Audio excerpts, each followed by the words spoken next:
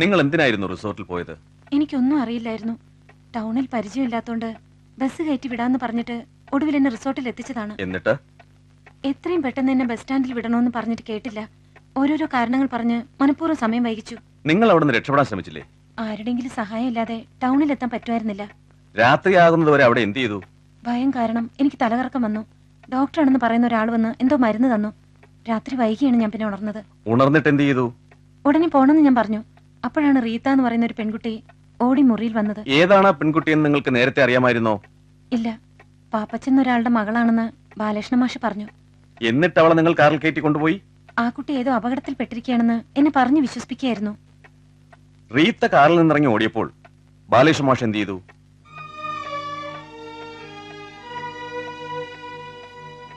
പറയൂ. ആ കുട്ടിയുടെ പുറകെ ഓടി. അപ്പോൾ ഈ കേസിൽ നിങ്ങൾ തീർത്തും നിരപരാധിയാണെന്നാണോ പറയുന്നത്? അതെ, എന്നെ ചതിക്കുകയായിരുന്നു.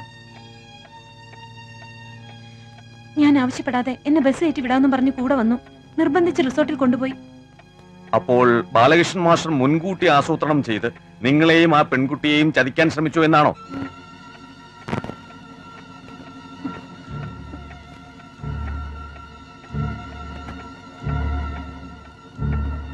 പറയൂ. അതെ, നടന്നതിനൊന്നും ഞാൻ ഉത്തരവാദിയല്ല. ഒരു കുറ്റവും ചെയ്യാത്ത എന്നെ ഈ കേസിൽ നിന്ന് ഒഴിവാക്കണമെന്ന് ബഹുമാനപ്പെട്ട കോടതിയോട് ഞാൻ അപേക്ഷിക്കണം. അതെന്തിനാ ടീച്ചർ അങ്ങനെ ചെയ്തത്? ഒരു പിടിയുമില്ല. എന്തോ എന്റെ സ്നേഹത്തിന് പകരമായി 2 വർഷത്തെ ജയിൽവാസാണ് അവരെനിക്ക് തന്നത്.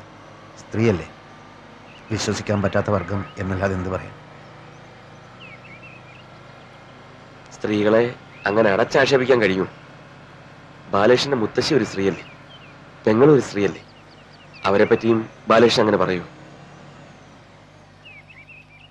അതിരിക്കട്ടെ, ഈ പറഞ്ഞ മുത്തശ്ശിയും പെങ്ങളും ഒക്കെ ഇപ്പൊ എവിടെയുണ്ട്? ഞാൻ ഈ അവസ്ഥയിലായതിൻ്റെ വേദന ഇവിടെ. മുത്തശ്ശി മരിച്ചു.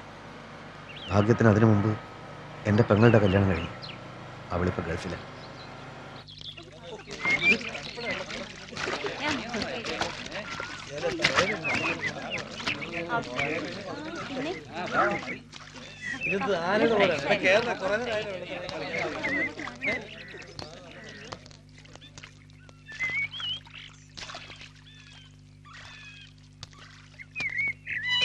ഇനി എന്താ ബാലകൃഷ്ണന്റെ പരിപാടി? ഒരു പരിപാടിയില്ല. തോന്നുന്ന പോലെ ജീവിക്കുക, പിന്നെ മരിക്കുക. അങ്ങനെ നിരാശപ്പെടേണ്ട കാര്യമൊന്നും ഇല്ലല്ലോ. എനിക്കൊരു നിരാശയില്ല. ഈ നിർമ്മല ടീച്ചറെ പിന്നെ കണ്ടോ? ഞാൻ കണ്ടില്ല. മരിക്കുന്നതിന് മുമ്പ് ഒരിക്കൽ മാത്രം അവരെ ഒന്ന് കാണണമെന്നുണ്ട്. എന്ത് കാരണം കൊണ്ട് എന്നോട് ഇങ്ങനെ ചെയ്തു എന്നൊരു പ്രാവശ്യം ചോദിക്കാൻ. ജീവിതം അവസാനിച്ചു എന്ന തോന്നൽ വേണ്ട. സഹതാപം കൊണ്ട് പറയുന്നതല്ല. മാഷ ജോലി ഏതായാലും പോയില്ലേ. എന്റെ കോൺട്രാക്ടർ നല്ല മനുഷ്യനാണ്. പുള്ളി വിചാരിച്ചാൽ ബാലകൃഷ്ണൻ ഒരു ജോലി തരാൻ ബുദ്ധിമുട്ടുണ്ടാവില്ല. നന്ദന്റെ സന്മനസ്സിന് നന്ദി.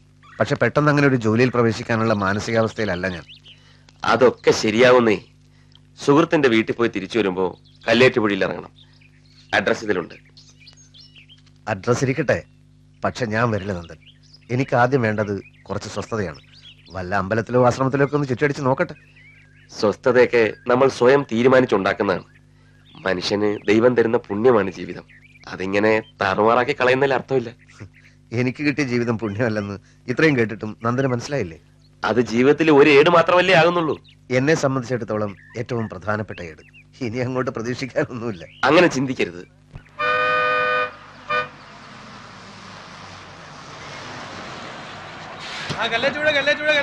ബാലകൃഷ്ണ, എനിക്ക് ഇറങ്ങേണ്ട സ്ഥലമായി.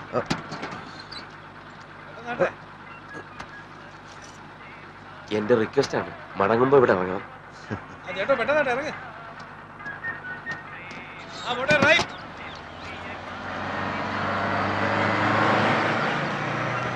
അയ്യോ, എന്ത് പറ്റി സാർ? എന്റെ ബാഗ് ബസ് വെച്ച് മറന്നുപോയി. അല്ല, മാറിപ്പോയി.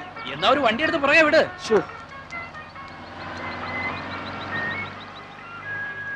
ശരിടാ.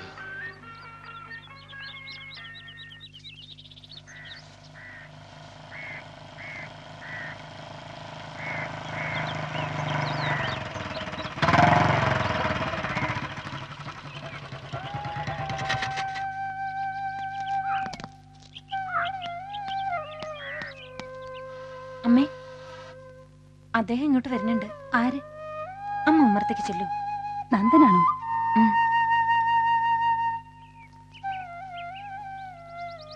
ഇന്നലെ എത്തുമെന്നാ ഞാൻ വിചാരിച്ചത്. എന്താ പുറത്തന്നെ നിൽക്കണേ? ഇരിക്കൂ.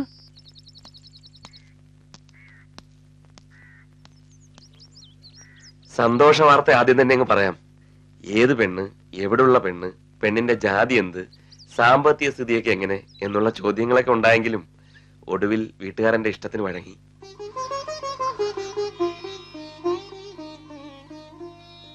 ആളെവിടെ? അങ്കമാടിയിലേക്ക് പോയോ? ഓ, ഇന്ന് ഞായറാഴ്ചയാണല്ലോ. അവള് ചായയുടെ ആയിരിക്കും. എന്റെ അമ്മയ്ക്ക് ഒരേ ഒരു ഡിമാൻഡേ ഉള്ളൂ. പേടിക്കണ്ട, സ്വർണവും സ്വത്വമൊന്നുമല്ല. കല്യാണം നാട്ടിലെ ദേവീ ക്ഷേത്രത്തിൽ വെച്ച് തന്നെ നടത്തണം, അത് മാത്രം. ശരീരത്തിന് നല്ല സുഖമില്ലാത്തതുകൊണ്ട് ഇവിടം വരെ യാത്ര ചെയ്യാൻ അമ്മയ്ക്ക് ബുദ്ധിമുട്ടാ. എല്ലാം മോൻ തന്നെ അങ്ങ് തീരുമാനിച്ചാ മതി. ഞങ്ങൾക്ക് വേറെ ആരുമില്ലെന്നറിയാലോ.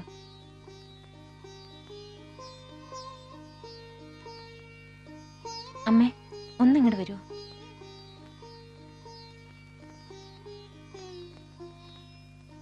മോൻ പറഞ്ഞൊക്കെ കേട്ടല്ലോ. കേട്ടു. ഇനിയെങ്കിലും അമ്മ തുറന്ന് സംസാരിച്ചില്ലെങ്കിൽ. എന്താ സംസാരിക്കാനുള്ളത്? തെറ്റൊന്നും ചെയ്തിട്ടില്ലാത്ത നീ പോലീസ് സ്റ്റേഷനിൽ കയറേണ്ടി വന്നതോ? ഞാനിപ്പോഴും ചോദിക്കുന്നു, നിന്റെ മനസാക്ഷിക്കറിയില്ലേ മോളെ നീ തെറ്റ് ചെയ്തിട്ടില്ലെന്ന്? എന്നാലും ഒരെന്നാലുമില്ല. എല്ലാം അറിയുന്ന ദൈവം തീരുമാനിക്കുന്ന പോലെ കാര്യങ്ങൾ നടക്കും. ഞാൻ നാളെ ഇങ്ങോട്ട് ഇറങ്ങാം, വിശദമായി സംസാരിക്കാം. ഇപ്പൊ എനിക്ക് ഉടനെ വർക്ക് സൈറ്റിൽ എത്തണം. ചായ ഇടുന്നുണ്ട്. ചായ കുടിച്ചതാ, പറഞ്ഞാ മതി.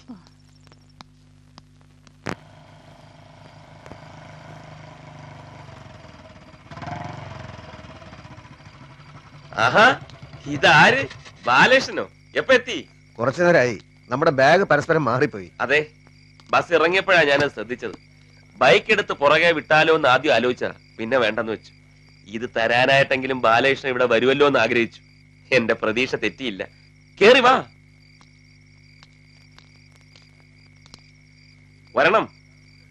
ഇവിടുന്ന് ലാസ്റ്റ് ബസ് എത്ര മണിക്കാ? ഒരു പഴയ തമാശ പറഞ്ഞോട്ടെ. ലാസ്റ്റ് ബസ് ധാരാളം ഉണ്ട്. കേറി വരണം മാഷേ. വൈകിയ പിന്നെ ബസ് കിട്ടില്ല. ഏത് ബസ് മാഷേ? എവിടേക്ക് പോവാൻ? എന്തായാലും ഇവിടെ നിൽക്കേണ്ട കാര്യമില്ലല്ലോ. കാര്യമുണ്ട്. ആദ്യം എനിക്ക് എന്റെ ബാഗ് ഒന്ന് പരിശോധിക്കണം. ഇതിൽ വല്ല സാധനവും കാണാതായിട്ടുണ്ടോ എന്ന് നോക്കണമല്ലോ. അങ്ങനെയാണെങ്കിൽ മൊത്തം ബാഗുമായിട്ട് എനിക്ക് കടന്നു കളഞ്ഞാൽ മതിയായിരുന്നു. ആരും നോക്കട്ടെ. നന്ദൻ ഇവിടെ തനിച്ചാണോ? ഇപ്പോഴതെ. ഏതാനും ദിവസങ്ങൾക്കകം കൂട്ടിനൊരാൾ ഇവിടെ വരും. ഇതിനകത്തുള്ള ചില സാധനങ്ങൾ ആ ആളിന് വേണ്ടി സംഘടിപ്പിച്ചതാ. ആഹാ, ബ്യൂട്ടിഫുൾ. അപ്പൊ ഇതുവരെ അവിവാഹിതനായിരുന്നു? എനിക്കത്രയ്ക്ക് പ്രായമൊന്നും ആയിട്ടില്ല, പക്ഷെ പ്രായം അത്ര കുറവുമല്ല. കെട്ടണോ വേണ്ടോ എന്ന് ആലോചിച്ചോണ്ടിരുന്നപ്പോഴാ അവിചാരിതമായി ഈ ആളിനെ കണ്ടുമുട്ടിയത്. Love at first sight. ഞാൻ മൂക്കും കുത്തി വീണെന്ന് പറഞ്ഞാൽ മതിയല്ലോ. ഈ പ്രണയത്തിന് കണ്ണില്ലെന്നല്ലേ, അതുകൊണ്ട് ജാതി ഏതെന്ന് പോലും ഞാൻ അന്വേഷിച്ചില്ല. എന്റെ ഹൃദയപൂർവ്വമുള്ള ആശംസകൾ. അതുപോലെ വളരെ നിർണായകമായ ഒരു യാത്രക്കിടയിലാണ് ബാലകൃഷ്ണൻ ഞാൻ കണ്ടുമുട്ടിയത്. സാമ്പത്തിക ശേഷിയൊന്നും ഇല്ലാത്ത ഒരു പെൺകുട്ടിയെ കെട്ടാൻ വീട്ടുകാർ സമ്മതിക്കുമോ എന്ന ആശങ്കയോടെ ഞാൻ വീട്ടിലേക്ക് പോയതായിരുന്നു. എല്ലാം ശരിയായി സന്തോഷത്തോടെ മടങ്ങുമ്പോഴാണ് പ്രണയനഷ്ടം സംഭവിച്ച ബാലകൃഷ്ണനെ കണ്ടത്. ആ നൊമ്പരം എന്നെ വല്ലാതെ വേദനിപ്പിച്ചു.